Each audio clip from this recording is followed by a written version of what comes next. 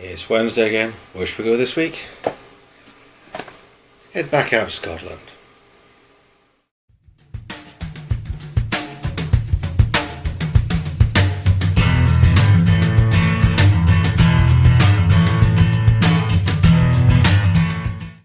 Hello again, I'm Nathan and Washer was my fault. As you may have noticed, things have changed. I'm wearing something different and all sorts. Absolute nightmare. I recorded this previously and for some reason the camera decided to corrupt all the video files. So all I had left was the intro.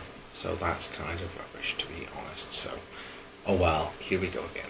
So, Chivas Regal 13. I have unfortunately opened it and tested it. And I've got the 12 to compare it to. So, let's get started. Great. And I forgot that as well.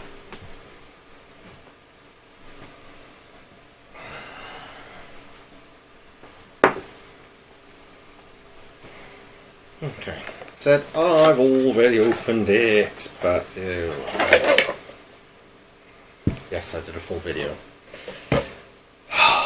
Such is the way. These things do happen.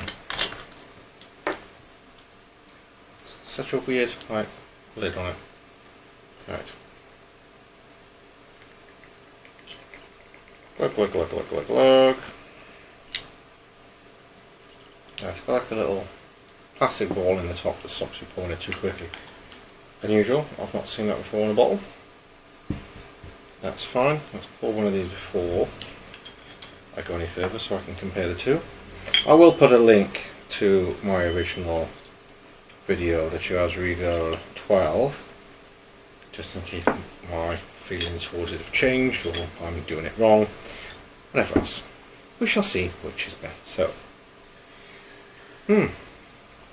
Already there's a lot of kind of fruitiness. Say dark fruit, kind of dark cherry, things like that, kind of forest fruits, that kind of thing, rather than sort of strawberries and apples. Small hint of kind of smokiness to it. Not really peated, but just kind of smokiness. Maybe a little bit of apple as well as the kind of dark fruit. A little bit kind of honey, a little bit of sweetness there as well. Interesting. What does that compare with the 12? Similar. A bit more the dark fruit, a little bit more the sort of caramel sweetness to it. Very, very similar. But that one doesn't have quite as much going on. Definitely not. Okay, see what it's like.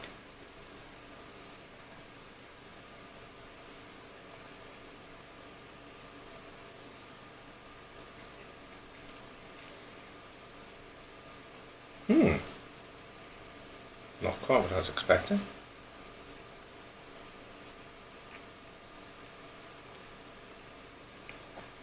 So I'm definitely getting the sort of dark fruits, that kind of thing up the front, and a little bit of kind of caramel apple, that sort of thing, a little bit of sweetness, a little bit of sort of apple to it. And really strange, at the end, just as everything else kind of disappears, there's like a tobacco kind of flavour to it. It's weird, I've never smoked or chewed tobacco or anything else, but you know that sort of smell of tobacco? I'm not saying it's bad or anything, I quite like smoking interesting whiskies, but that's just not what I expected. I didn't expect like the tobacco flavour coming through. Strange.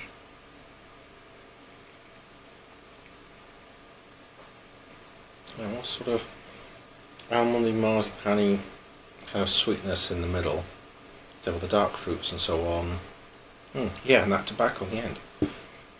That's quite interesting. Very different.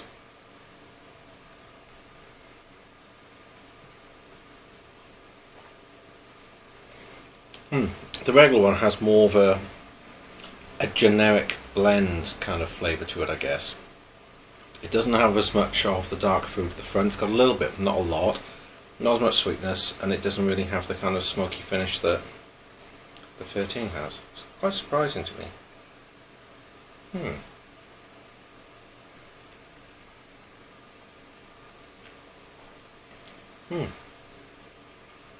What do experts say? Okay, so Master Malt, they say on the nose sweet orchard fruit and cherry dried fruit with polished oak and caramelised nuts, I suppose, vanilla fudge, pear and blackberry crumble, lots of baking spice along with frangipane and toffee apple. I've got some of that. Finish, a pinch of tobacco and a dry and sweetly spiced finish. I kind of got a lot of that, which is always nice to kind of find what other people are finding in it, even if your own experience is slightly different. It's always interesting. So it's definitely not about the tobacco. Odd, but not unpleasant, which is quite a surprise. Strange. But how does it hold up to coffee, water and Pepsi? We shall see in a moment. So here we are again, as usual, with our variations ready for the coffee. So, plain at the moment, I'll add water with ice, with Pepsi, in old fashioned, and with coffee. Let's pour some drinks.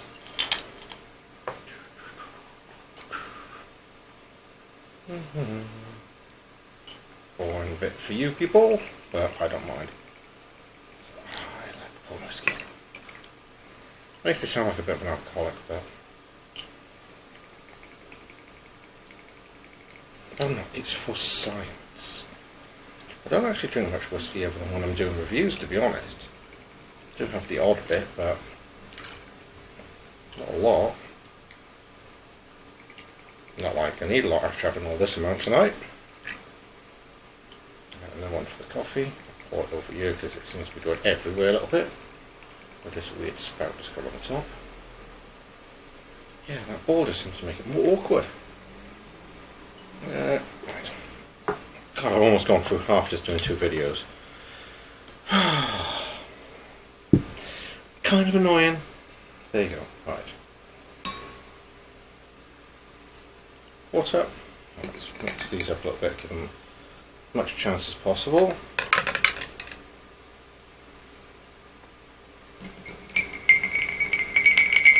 I know, I'll get my arm in the way, not want to look at me anyway.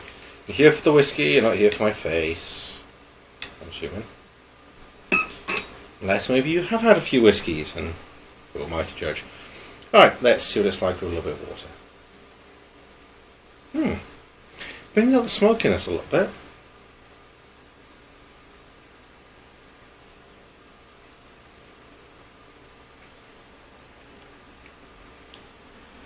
Brings out more fruit.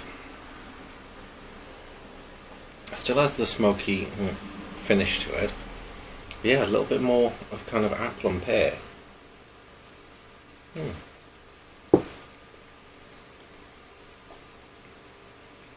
That's actually quite nice. With just a little drop of water, it brings out some of the ethanol as well, I guess. So it kind of tastes a little bit stronger. But yeah, that finish does linger a little bit. Kind of slightly spicy, slightly smoky. So tobacco smoke rather than the kind of sort of peated smoke or campfire. It's definitely tobacco, but it's just a little bit of it. That's quite interesting. Okay, with ice. As always, not a lot happening on the nose. That's what it's like.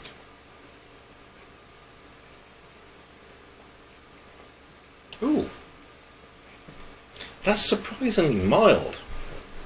Now, quite often when I've put an ice cube in whiskey, and it's quite a large ice cube, it just kind of strips away all the flavour and just leaves you like the ethanol burn and not much else. There's still some sweetness there. It's actually quite well rounded. Get the sweetness, a little bit of the smoke on the back, not a lot, a little bit of fruit. It's just kind of mellowed it down. It's actually really nice. That is one I wouldn't actually mind with ice. It hasn't stripped it all away. It has stripped away some of it, obviously. It does tend to, but that's actually quite nice. That still retains some of its flavour and some of its depth. And with the hot weather coming up, it's quite nice to know. Not that I've got much left after the first video failed. I don't generally have this much whiskey in one night, so oh well. It smells like Coke. Well, Pepsi.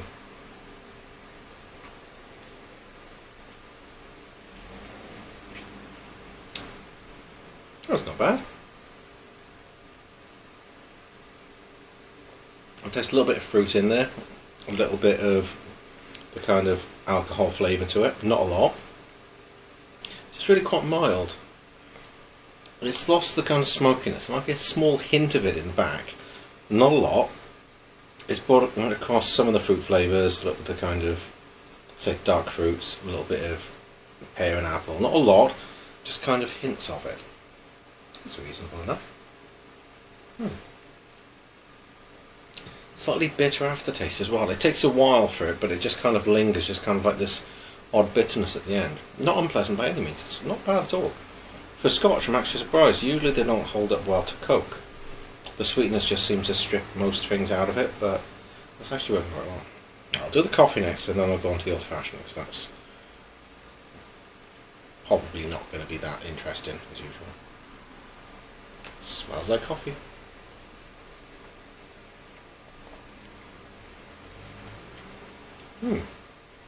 Some sweetness to it.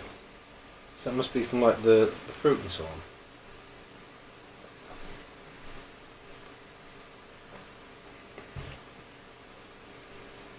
That's actually not bad. Quite surprising, this is holding up quite well. I didn't expect it. The normal one didn't so much. Look at the difference in the colour as well. Slightly darker. It's only a year difference. Very strange. What is the other difference? What's it aged in? Say, in sherry casks, that's why we have the dark fruit. Aged in sherry casks, and that's just a blended whisky. The Prince of Whiskies. I can't fault that at all. That's actually a nice sight.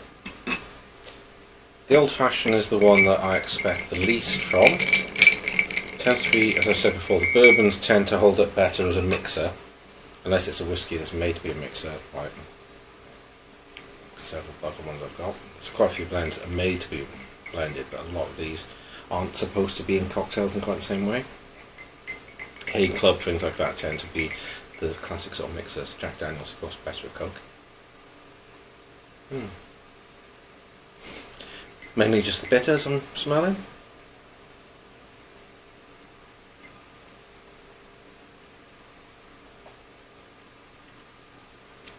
It's managed to sweeten up the bitter a little bit. A little bit of the apple, a little bit of the fruit, not a lot.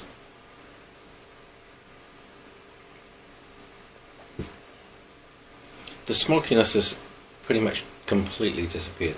Maybe a little hint in the back end, not a lot. But it has toned down the bitterness quite a bit. It's quite a surprise. It hasn't brought enough flavour to make it like one of the like the classic old fashions where you get the sort of cherry and those kind of flavours from the bourbon. It doesn't hit those notes which I kind of like in an old fashioned, which is why I tend to have bourbon with it. It's not bad though, I must admit. I'm impressed with how well that's held up. It was okay in the coffee. The old fashioned, well, let's go back through them all again, just as a double check. I'm going to double check and drink more whiskey. I don't know if it's just sweeter because I've just had the old fashioned. Well, it's quite nice. It does round off the coffee, takes away the bitterness. Well, it's not bad in coffee. Said I have it black, so it's unusual having whiskey and black coffee anyway, but hey, that's the way I like it.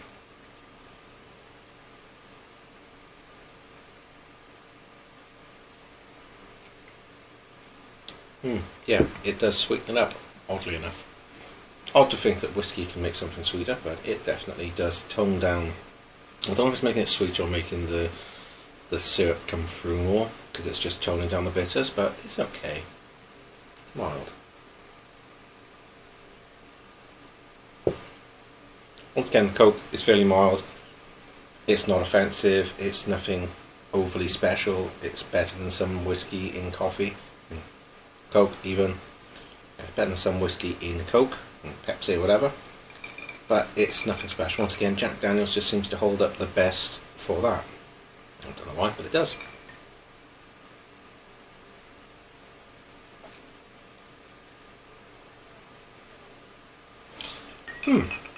It's watered it down more and obviously cooled off a lot more, but it's still something there. It's strange. There's quite a dryness to it. Almost like a white wine kind of dryness. It still has some of the fruit notes and that sort of thing, so it's not like a there's like an aftertaste as well. Just kind of bites slightly. It's got this kind of, the spicy finish is still there. It just kind of bites your tongue a little bit at the end. That's actually really nice. I do like that with ice. It's not bad at all. Very impressed.